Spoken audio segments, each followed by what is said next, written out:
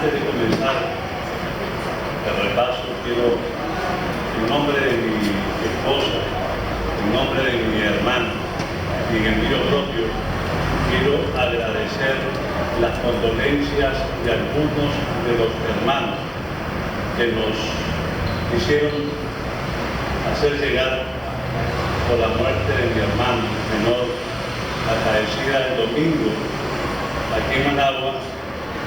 Le velamos por la noche en Managua y lo fuimos a enterrar el día lunes en la mañana a la ciudad de Niquilón. Algunos hermanos que se dieron cuenta nos llamaron y nos hicieron sentir su solidaridad, sus condolencias, y a esos hermanos queremos decirles muchas gracias. El concepto de eternidad del humano es hasta que Él sea llamado a descansar. Quiero decir con esto que va a ser muy difícil que olvidemos a esos hermanos que tan maravillosamente estuvieron en los momentos más difíciles para nosotros. El resto sabemos que no se dio cuenta, pero tomamos exactamente igual. Muchas gracias, hermano. Muy bien, vamos a... Hola, ¿esto bien? Hola, hola. Hola, hola, hola, hola. Ok, gracias. Los apóstoles y la ley. Esta es la lección número 11 de este trimestre que ya casi termina. Los apóstoles y la ley. ¿De qué venimos hablando, hermanos? Pero antes quiero preguntar, ¿cuántos estudiaron? ¿Te llegó el material? No. Revisarlo. Te lo envié especialmente. ¿Cuántos estudiaron, hermanos? Aldo y todos los demás, qué bueno, magnífico.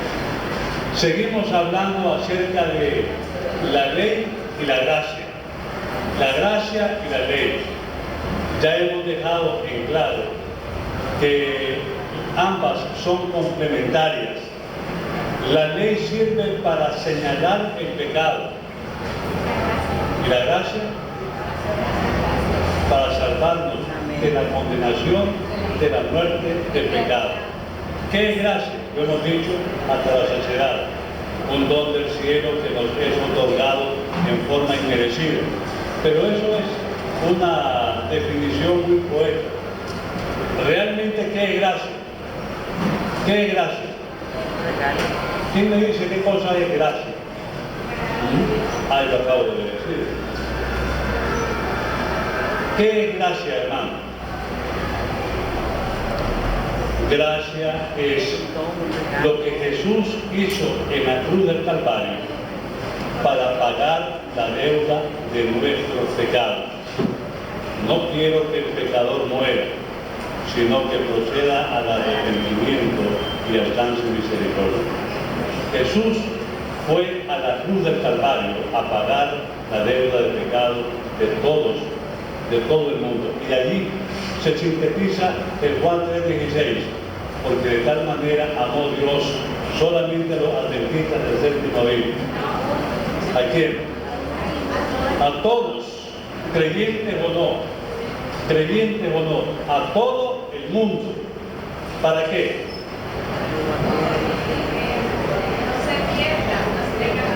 A mí me fascina lo que dijo Marisol.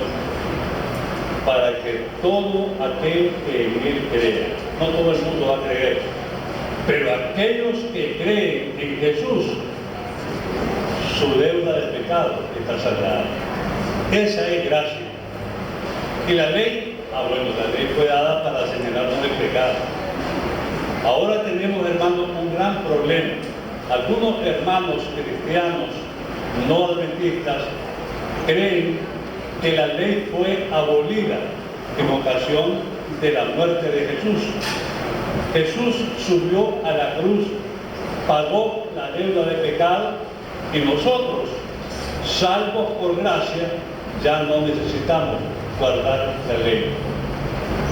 Es lo que algunas personas piensan y creen, y ellos se fundamentan en algunos escritos del apóstol Pablo. La lección dice los apóstoles y la ley. Miren, hermano, yo creo que si han habido algunas personas que sabían que la ley jamás fue abolida, que la ley jamás fue anulada, indudablemente fueron los apóstoles. ¿Por qué? Porque ellos vivieron el día a día con Jesús. Ellos fueron testigos presenciales de la muerte de Jesús. Ellos fueron testigos presenciales de la resurrección de Jesús. Y les quiero recordar algo más. Un recuerdo que tiene sabor a pregunta, o una pregunta que tiene sabor a recuerdo.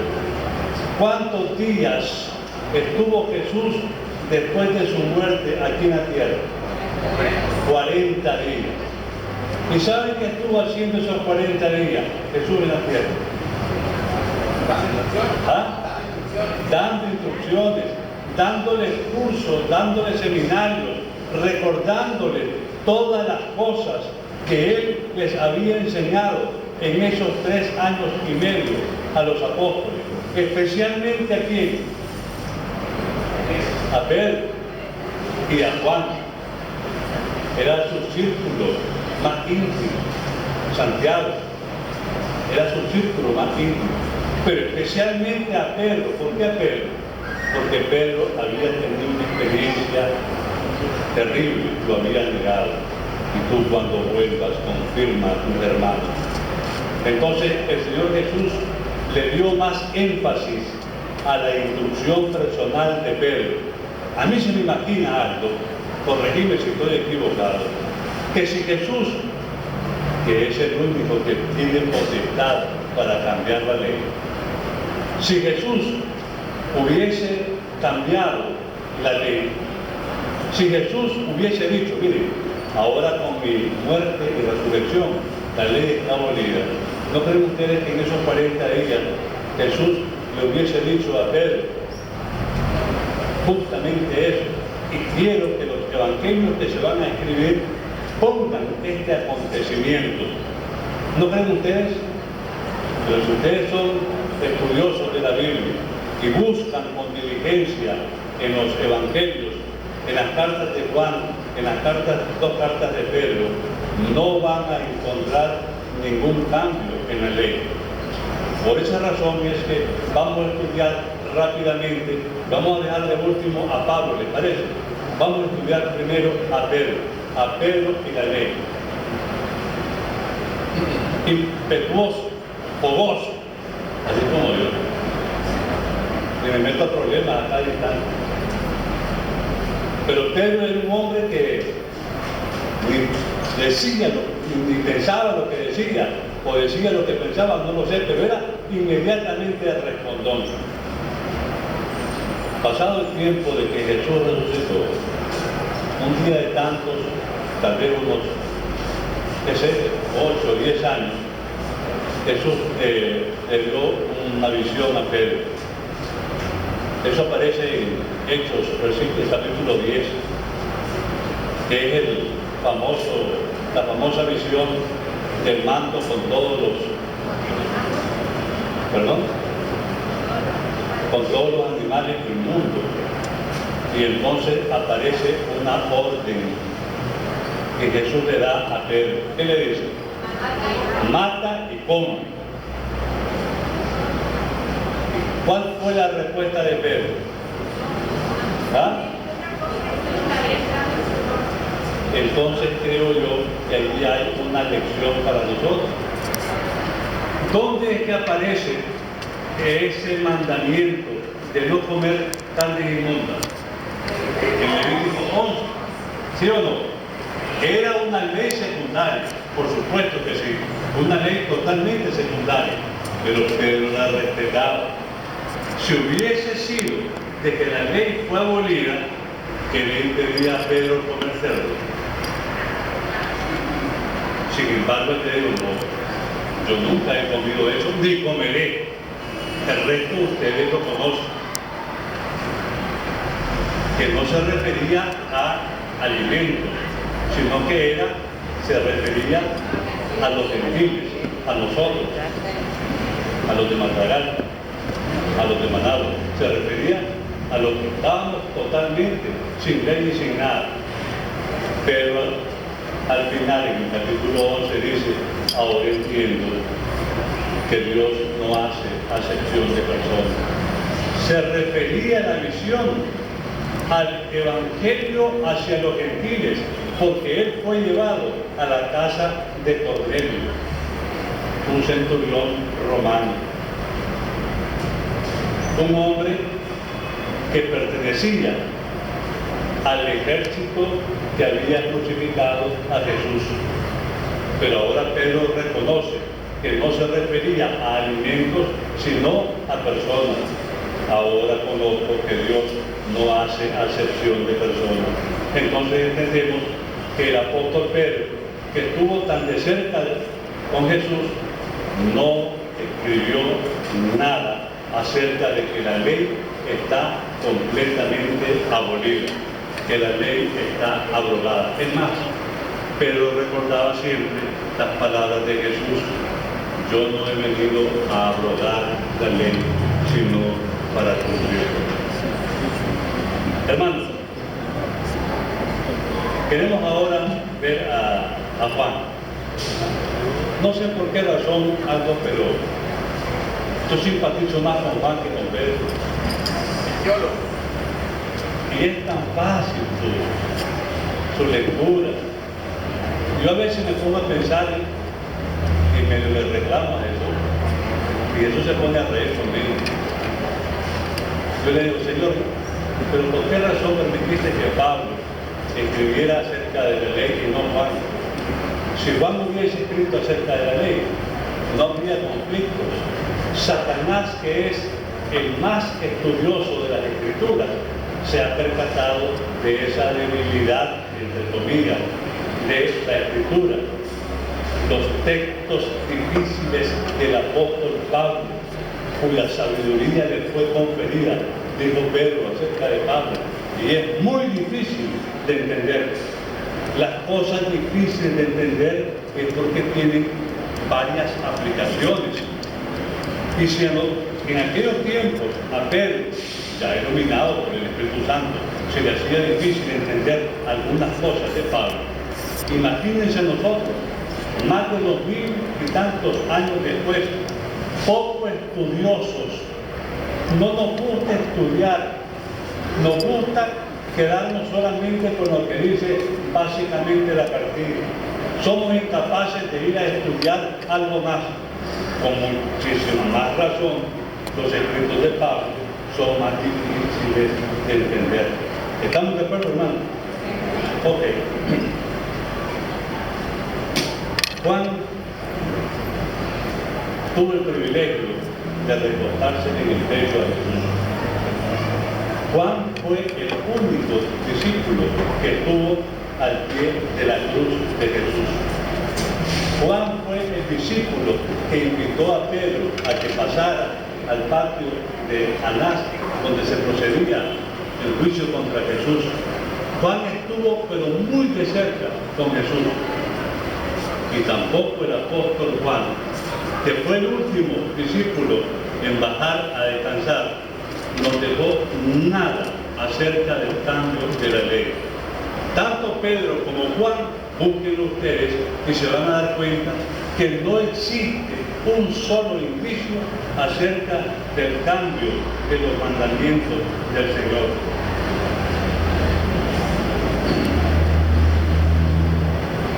Ok, hablemos de Santiago, porque tengo que hablar. ¿Quién era Santiago? ¿Qué me dice? ¿Perdón? Un hermano de Jesús. ¿Sabían ustedes que los hermanos de Jesús creyeron en él hasta después que murió? Antes no creían en él. Hombre, qué difícil es que la familia cree en nosotros, ¿verdad? Es muy difícil que acá, es que no conocen. Ellos conocían a Jesús y decían: no, no es posible. Pero cuando vieron el esplendor de Jesús muriendo en la cruz, sin maldecir, sino en cumplimiento de la Escritura, que miles años antes Isaías había escrito acerca del sacrificio del Cordero de Dios. Ellos pusieron gran expectativa acerca de eso. Y tanto Santiago como Judas, otro hermano del Señor, ellos fueron convencidos con la resurrección de Jesús. Ellos estuvieron presentes cuando Jesús le dijo a Tomás: Tomás, esta herida que me causaron todavía me duele, pero sí es necesario que metas tu mano y te convenza, aunque me duele y vuelva a sangrar, mételo, no hay problema. Por eso es que Tomás, en vez de hacer esa abominación, se arrodilló. Y eso es un acto grandísimo, que significa que es el Dios, porque solamente a Dios se debe de adorar. Así le dijo el apóstol a Juan allá en Patmos: adora a Dios, yo soy consiervo tuyo. Y la adoración, o sea, estar de rodillas, solamente es ante el Creador. Y entonces Tomás, cuando escuchó la invitación de Jesús, se arrodilló y dijo: Señor mío y Dios mío. Gloria a Dios por eso. Estaba presente Santiago y Juan. Y entonces ellos fueron, en ese momento, fueron convertidos completamente para ser oficialmente registrados en el Pentecostés. Santiago fue el que presidió los problemas en Jerusalén cuando Pablo llegó con aquellas cositas que ustedes conocen. ¿Se acuerdan? Muy bien. Santiago. Debemos de ser honestos. Santiago habla acerca de la obediencia. Santiago nos dice claramente que la ley está en vigencia. ¿Por qué razón?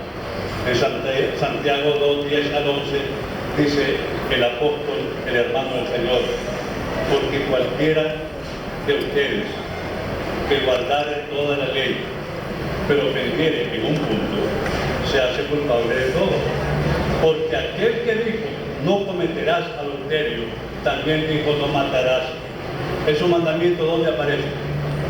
En Éxodo 20, en los 10 mandamientos. Entonces, los 10 mandamientos para el apóstol Santiago tenían vigencia en ese momento. Judas. A mí me encanta Judas. Es una cartita chiquita, pero me fascina. Me encanta. ¿Por qué es que me encanta el mensaje de Judas? Porque yo lo uso contra algunos hermanos que creen que la gracia sustituyó a la ley. Dice Judas en el capítulo 4, Judas 1:4, perdón, capítulo 1, versículo 4. Porque algunos hombres han entrado solapadamente, los que desde antes habían sido destinados para esta condenación, hombres impíos, que convierten en libertinaje la gracia de nuestro Dios y niegan a Dios, el único soberano, y a nuestro Señor Jesucristo. ¿Qué está hablando Judas? Que mucho tiempo después, muchas personas confundidos por la ponencia del apóstol Pablo iban a intentar convertir la gracia en libertinaje. Y al convertir la gracia en libertinaje, estamos cayendo en pecado. Nos llaman libertos y libertinos.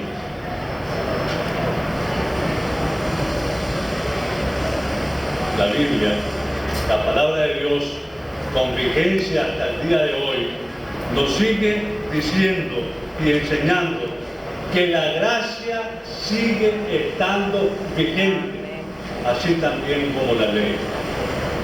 Ahora hablemos del apóstol Pablo, que es el hombre que escribió estas cosas y ha producido confusión a muchas personas. ¿Sabes algo? Que una de las cosas que tengo apuntada en mi agenda es que cuando venga la salvación, porque ¿saben algo? Yo me voy a salvar. No estoy salvo, estoy luchando por mi salvación. Diario, a cada instante, contra todo y contra todos. Me asedian. Pero está de por medio de mi salvación.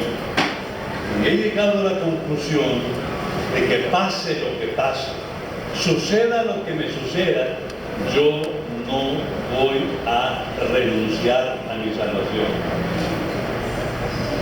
No sé ustedes, pues si ya tienen ganada, ya están, pero tengo que luchar muchísimo. Pues algo te voy a contar algo. Una de mis cosas que tengo anotada en la agenda es que en alguna ocasión, cuando vea al apóstol Pablo, le voy a decir, hermano Pablo, ¿y por qué escribiste esta cosa? Me confundí. ¿Por qué no fuiste más directo, más sencillo?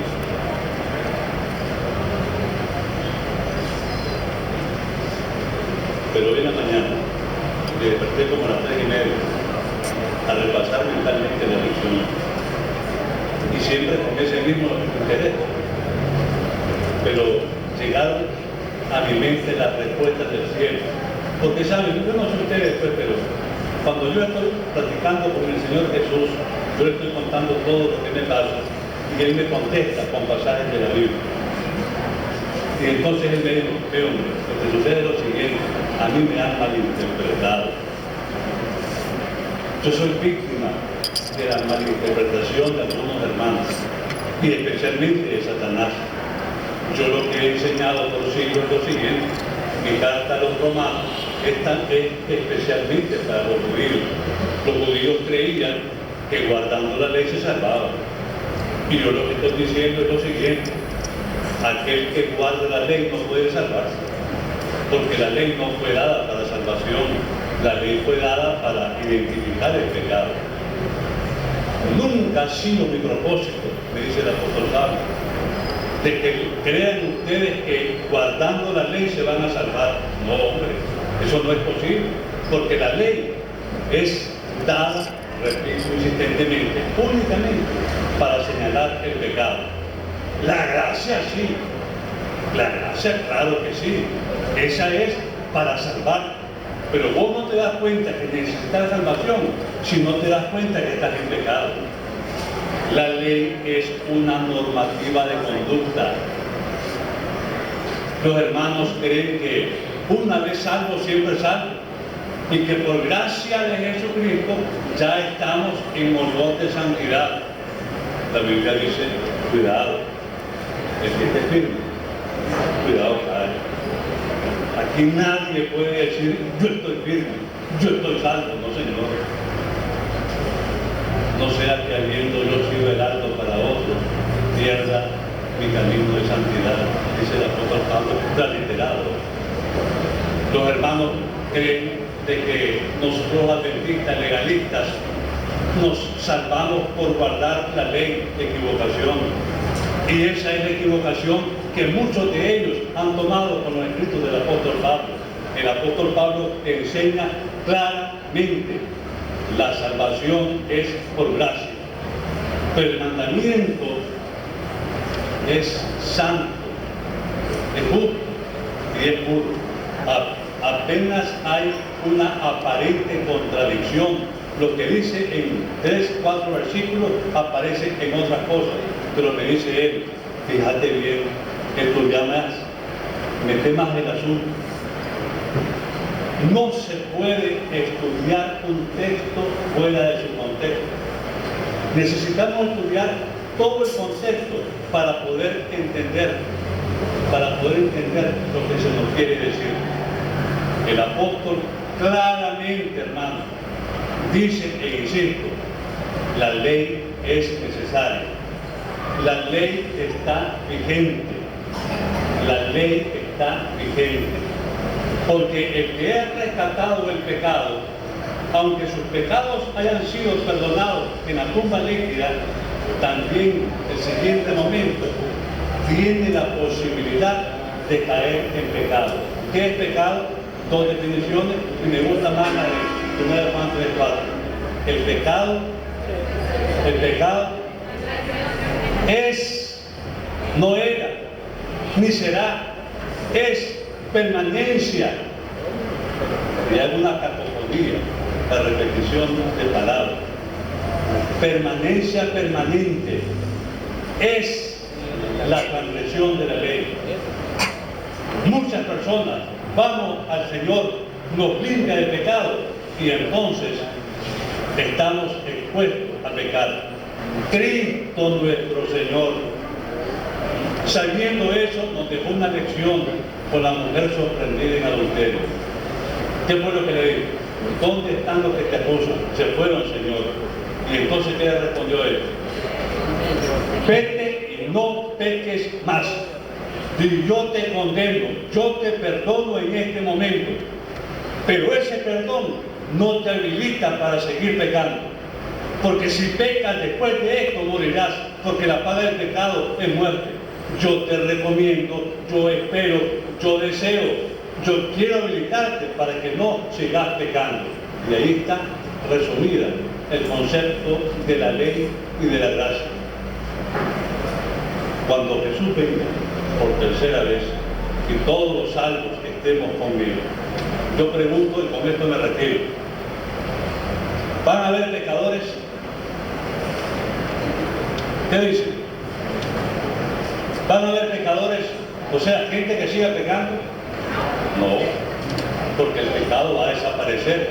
Vamos a ver pecadores arrepentidos, pecadores perdonados. Eso sí, ahora la pregunta que vale la lección: ¿y va a continuar la ley? ¿Qué dice, Julio? ¿Qué dice?